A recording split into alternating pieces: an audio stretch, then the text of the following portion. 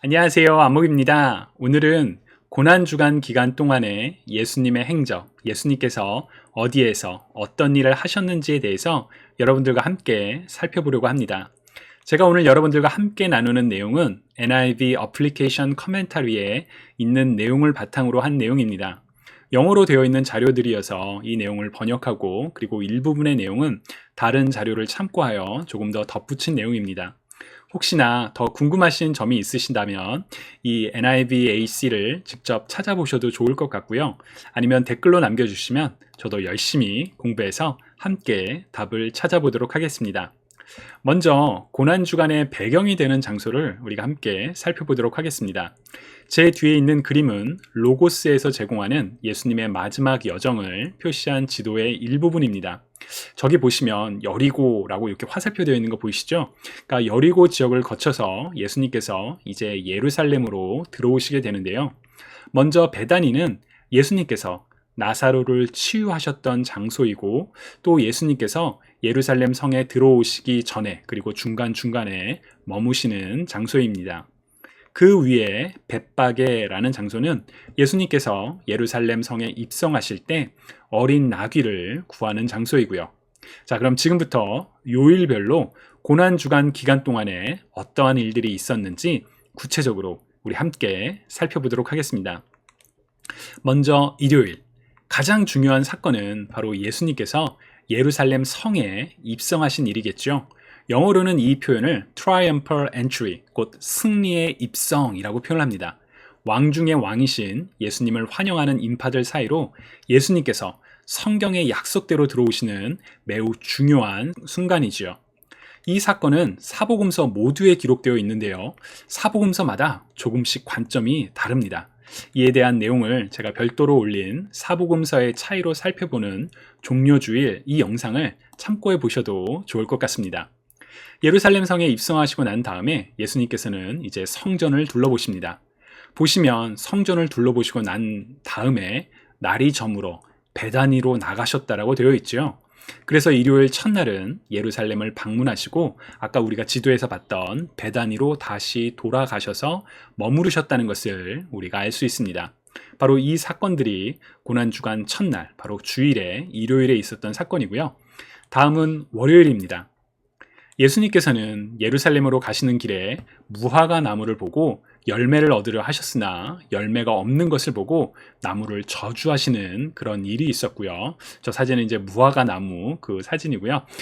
그 실제 나무는 아니고 그냥 이 곧 예루살렘 지역에 있는 무화과 나무 사진 중에 하나입니다. 또 성전에 들어가셔서 성전 안에서 장사하는 사람들, 곧 성전을 강도와 도굴의 소굴로 만드는 사람들을 내쫓으시며 아버지의 집은 기도하는 집이다 라고 말씀하시면서 성전을 깨끗이 하시는 그런 사건이 기록되어 있습니다. 이어서 눈먼 자와 다리 저는 자들을 고치셨고요. 이런 예수님을 향하여 대제사장과 서기관들은 예수님을 비난하고 또 한편으로는 두려워했다라고 성경은 기록하고 있습니다.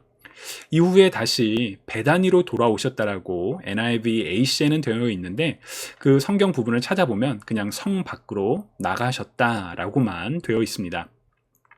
이제 화요일입니다. 어제 예수님께서 저주하신 무화과 나무를 두고 제자들이 예수님과 대화하는 장면이 이어집니다.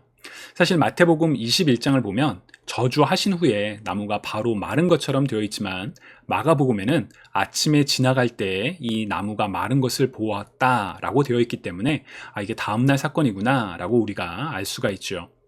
성전에서 대제사장과 그리고 장로들이 예수님과 대화를 나누는 장면이 이어지는데요. 어떤 대화였을까요? 예를 들어 무슨 권위로 이런 일을 하느냐라고 예수님께 도전을 하는 그런 내용이 이어집니다. 이어서 감람산에서 제자들과 이야기를 나누십니다. 감람산은 올리브산인데 이렇게 예루살렘 성전 밖에 있는 산입니다. 그래서 마가복음 13장에 보시면 감람산에서 성전을 마주한 채 제자들과 마지막 때의 징조에 관한 이야기를 나누시는 장면이 이어집니다. 그리고 이제 수요일입니다. 수요일은 침묵의 수요일, 그래서 영어로는 Silent Wednesday라고 불립니다. 왜냐하면 이날 예수님께서 어떠한 일을 하셨는지에 대해 성경이 기록하고 있지 않기 때문입니다. 그래서 혹자는 이제 고난을 앞두시고 주님께서 자기를 돌아보는 그런 시간이었다라고 이렇게 해석을 하시기도 하지만, 저는 성경이 직접적으로 말하지 않는 부분에 대해서는 우리가 그냥 알 수 없음으로 남겨두는 것이 더 바람직하다고 생각을 합니다. 그래서 이제 침묵의 수요일이고요. 다만 유다, 곧 예수님을 배반한 유다가 예루살렘에 홀로 와서 이제 제사장들에게 내가 예수님을 팔 거야 라고 그런 일이 일어났다는 것을 우리가 추정해 볼 수가 있습니다. 이제 목요일입니다. 예수님의 공생의 기간 중 아마도 가장 긴 하루가 이날이 아니었을까라고 저는 생각을 합니다. 이날 유월절 만찬의 준비를 하셨고요. 유월절 식사를 함께 제자들과 하셨습니다. 부활하시기 전까지 제자들과 함께하는 마지막 식사였기에 이제 최후의 만찬이라고도 종종 불리지요. 식사를 하시고 이제 다락방에서 제자들의 발을 씻기시며 마지막 유언과도 같은 당부의 말씀을 예수님께서 하십니다. 저는 개인적으로 이 요한복음 13장에서 17장에 이어지는 예수님의 말씀을 참 좋아합니다. 자신의 죽음으로 인해 혼란을 겪을 제자들을 위로하고 격려하시면서 정말 사랑에 담긴 메시지를 예수님께서 이어가시기 때문입니다. 그리고 겟세마네 동산에 가셔서 간절히 기도하셨습니다. 여기 지도를 보시면 바로 그 성전 밖, 저기 동그라미 친 곳이 바로 겟세마네입니다. 그리고 금요일입니다. 제자인 유다의 배신으로 체포를 당하셨고요. 다른 제자들 역시 모두 예수님을 버려두고 도망칩니다. 사실 이 사건은 겟세마네에서 기도하신 후에 일어난 일이어서 시간적으로는 목요일 밤이라고도 생각할 수 있는데, NIV AC에서는 이제 자정을 넘긴 늦은 밤이었을 거기 때문에 금요일에 일어난 일로 보고 있습니다. 아마도 이어지는 일련의 사건들을 보면 이때부터 이제 밤새도록 이제 예수님께서 끌려다니시고 고난당하시는 일들이 이어졌던 것으로 보입니다. 붙잡히신 예수님께서는 이제 재판을 받으시죠. 당대의 종교 권력자들이라고 할 수 있는 안나스, 가야바, 그리고 사내들인 공회에서 재판을 받으시고요. 거짓 증언자들을 내세우지만 잘 되지 않다가 이제 예수님께 신성 모독죄를 적용해요. 사형에 처하기 위해서 정치 권력자들에게 예수님을 보냅니다. 왜냐하면 사내들인 공회가 일종의 자치, 사법권은 있었지만 사람을 사형시킬 권한이 없었기 때문입니다. 그래서 예수님은 정치 권력자들, 곧 빌라도와 헤롯에게 이제 보냄을 받아서 재판을 받으시게 되지요. 죄가 없으셨지만 매질과 모욕, 고통을 당하시고 십자가에 달려 죽음을 맞이하십니다. 금요일 오전 9시부터 오후 3시까지 이런 일이 일어났습니다. 예수님이 죽으신 후 성전의 휘장이 찢어지는 등 여러 가지 일들이 또 이어지죠. 그리고 날이 저문 뒤에 아리마대 출신인 부자 요셉이 와서 예수님의 시신을 달라고 하고 시신을 가져다가 깨끗한 세마포로 싸서 무덤에 장사를 합니다. 유대인들은 이제 금요일 저녁부터 안식일이 시작되어 토요일 저녁까지 이어졌기 때문에 이제 금요일 저녁부터는 아무런 일을 하면 안 되는 그런 안식일이었기 때문에 예수님을 장사할 시간적인 여유가 없었을 것입니다. 그래서 안식일이 시작되기 전에 모든 일을 빨리 마쳐야 되다 보니까 예수님의 시체에 향유를 바르지 못한 여인들이 이제 제대로 된 장례 절차를 하지 못한 것 때문에 안식일이 지난 다음 날, 곧 일요일 아침에 예수님의 몸에 향유를 바르기 위해서, 다시 말하면 이제 제대로 된 장례 절차를 하기 위해서 무덤에 왔다가 이제 예수님의 부활을 가장 먼저 접하는 증인이 되는 그런 사건이 이어지지요. 이어서 토요일입니다. 예수님께서 죽으신 이후이기에 사실 예수님의 행적이 없을 수도 있지만 예수님이 어디에 계셨는가? 라는 질문이 제기될 때가 있습니다. 왜냐하면 사도신경, 곧 초대교회에서 예수님이 누구이신지를 비롯하여 믿음에 대한 고백을 담은 이 사도신경을 보면 예수님이 이때 어디에 계셨는지가 언급되기 때문입니다.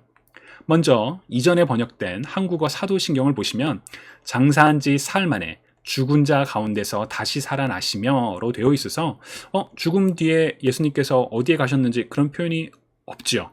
그런데 영어로 된 사도신경을 보시면 이 버전은 제가 속한 미국 장로교회 신앙 고백서에 담겨 있는 사도신경인데요. And buried, he descended into hell. 지옥에 내려가셨다 라는 그런 표현이 있죠.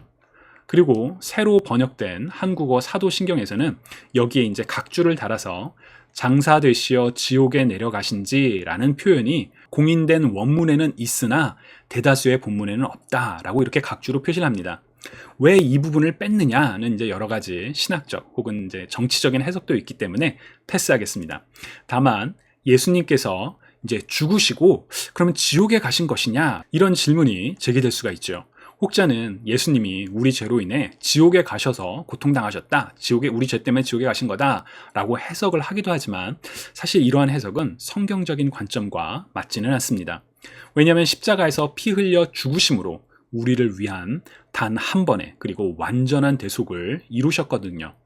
그렇다면 왜 지옥에 내려가셨다고 초대 그리스도인들은 고백했을까요? 먼저 예수님께서 십자가에 달리신 그 중간에 옆에 있는 죄수 중 하나에게, 곧 주님께서 죄 없으심을 알았던 그 죄수에게 내가 오늘 나와 함께 낙원에 있으리라 라고 말씀하셨다는 사실을 우리는 기억할 필요가 있습니다. 그리고 유대인들의 관점에서 죽은 자들이 머무는 곳, 곧 이제 스올로 표현이 되는데 이 스올을 가리키는 표현이 아니었을까라는 해석이 있죠. 말 그대로 해석입니다. 앞서 말씀드리지만 성경이 명확하게 말하지 않는 부분에는 알 수 없음이 저는 정답이라고 생각합니다. 그리고 이제 마침내 일요일, 주일입니다. 아까도 말씀드렸던 것처럼 급하게 장례를 진행하다 보니까 제대로 하지 못해서 예수님의 몸에 향유를 바르러 온 여인들이 예수님의 부활을 처음으로 알게 되지요. 이후에 부활하신 예수님께서 사람들에게 나타나십니다.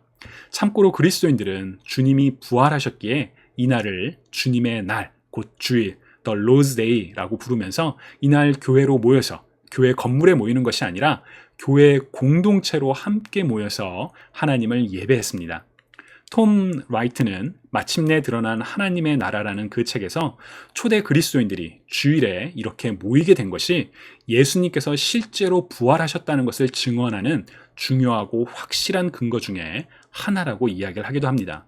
그리고 그 전통이 지금까지 이어져서 우리는 주일에 교회로 모여서 교회 건물이 아니라 교회 공동체로 함께 모여서 하나님을 예배하고 있는 것이고요. 지금까지 고난주간 예수님의 행적에 대해서 함께 살펴봤습니다. 보시면 아시겠지만 성경의 내용이 여기까지는 이제 첫째 날이고 여기부터는 다음 날이고 막 이런 식으로 되어 있지는 않아요. 그러다 보니까 시간의 순서에 대해서 약간의 논쟁의 소지가 있을 수도 있을 것 같습니다. 다만 권위 있는 주석서 중에 하나인 NIV AC를 참고한 내용이라는 것을 이제 좀 참고해 주시면 좋을 것 같습니다. 이번 고난주간 기간에 지금까지 살펴본 예수님의 행적을 기억하면서 주님을 묵상하고 우리를 위해 고난당하시고 죽으신 예수 그리스도께 감사하는 시간을 가져보면 어떨까요? 날마다 주님과 더욱 가까워지는 우리 모두가 되기를 간절히 소망하고 축복합니다. 이 영상이 도움이 되셨다면 다른 분들도 보실 수 있도록 좋아요, 구독도 부탁드립니다. 감사합니다.